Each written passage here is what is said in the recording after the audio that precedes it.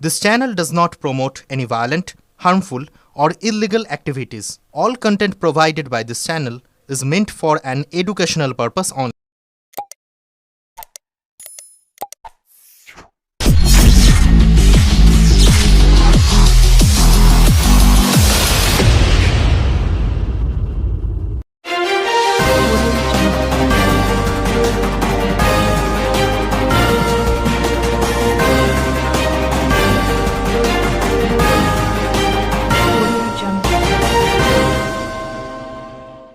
আসন্ন বিধানসভা নির্বাচনকে সামনে রেখে গতকালই জাতীয় কংগ্রেস তাদের প্রার্থী তালিকা প্রকাশ করেছে।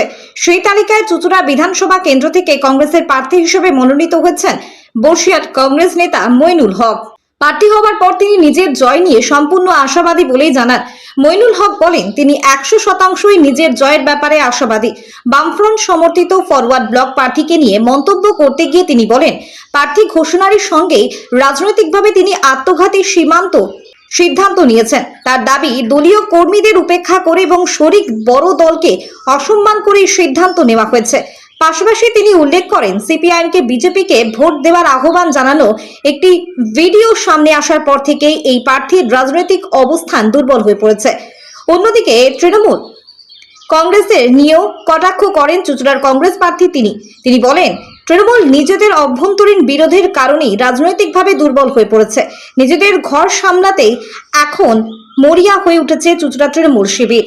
তবে রাজনৈতিক সমীকরণ নিয়ে মন্তব্য করতে গিয়ে মইনুল হক বলেন, বর্তমান পরিস্থিতিতে চুঁচুড়ায় বিজেপি প্রার্থী কিছুটা হলেও এগিয়ে থাকতে পারেন।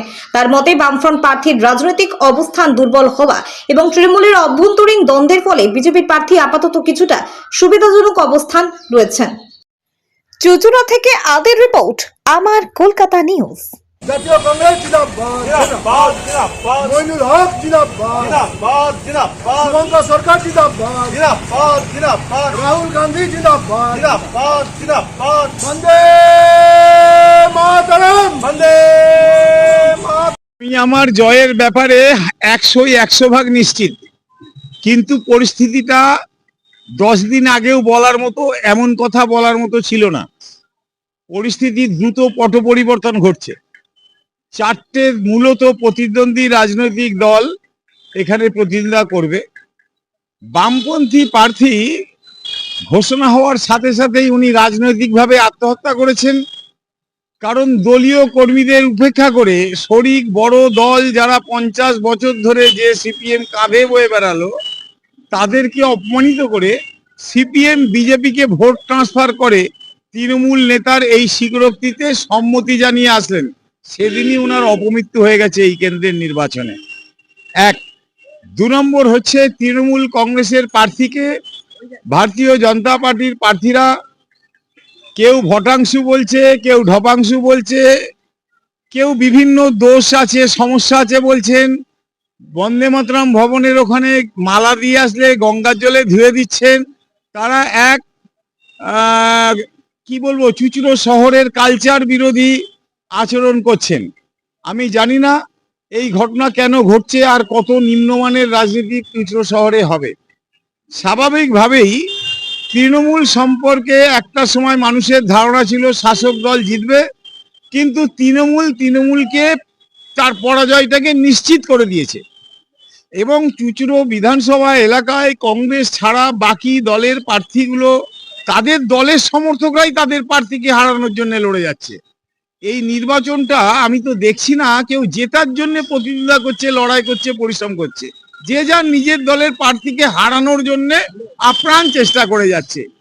এই অবস্থায় দাঁড়িয়ে আমরা মনে করি ভারতবর্ষের জাতীয় কংগ্রেস একটা ধর্ম নিরপেক্ষ দল হিসেবে দীর্ঘ 20-25 বছর পর জোট রাজনীতির বাইরে 294টা কেন্দ্রেই লড়াই করছে এবং শুভঙ্কর সরকারের নেতৃত্বে এই ঘটনার বাস্তবায়ন করা সম্ভব হয়েছে।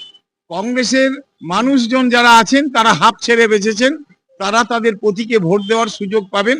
এটা হচ্ছে সবচেয়ে বড় ব্যাপার। আমরা তো প্রথমেই বললাম, ফরওয়ার্ড ব্লক প্রার্থী রাজনৈতিকভাবে আত্মহত্যা করেছে। তৃণমূলের সাথে লড়তে লড়তে ক্লান্ত হয়ে গিয়ে তৃণমূল প্রার্থীর পরাজয় নিশ্চিত করে দিয়েছে।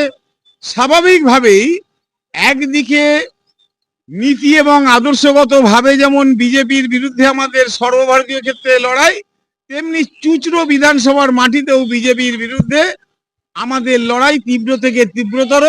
একে ছাড়া আমরা কাউকে গুনতির মধ্যেই রাখতে চাইছি না।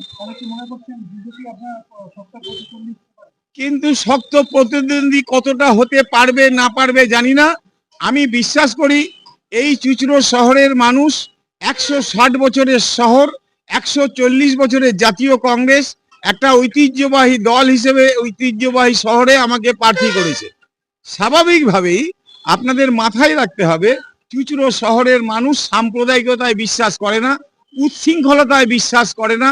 এখানে মন্দির, মসজিদ, গির্জা, গুরুদ্বারা, জৈন মন্দির, ইমামবাড়ি সবকিছু শান্তিপূর্ণ সহাবস্থান রয়েছে।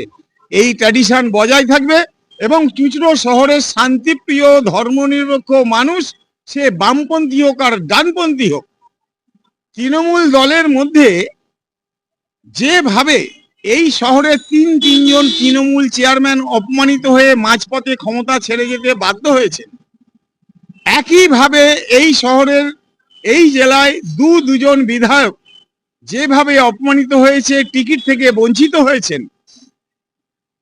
টিকিট কারো বাতিল হতেই পারে, কিন্তু যে পদ্ধতিতে দল অপমান করে বাতিল করেছে তার বদলা কিন্তু নিচুর তলার যাদের মেরুদণ্ড সোজা আছে সেই তৃণমূলের কর্মীরা তার বদলা নেবেন এবং তারা কংগ্রেসকেই ভোট দেবেন। একই সাথে বামপন্থী দল যারা ফরওয়ার্ড ব্লকের এই ভোট ট্রান্সফারের, বিজেপিকে ভোট ট্রান্সফারের অভিযোগের বিরুদ্ধে, তারাও কংগ্রেসকে ভোট দিতে বাধ্য হবেন।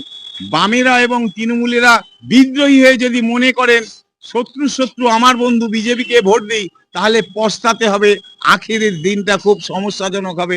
এটা যেন তাদের মাথায় থাকে। তাই আমি নিশ্চিতভাবে বিশ্বাস করি চুঁচুড়োর শিক্ষিত, বিবেকবান, বুদ্ধিমান মানুষ তারা ধর্মনিরপেক্ষ কংগ্রেসের পাশেই থাকবে এই অচল অবস্থার হাত থেকে মুক্ত করার জন্য চুঁচুড়োর মাটি।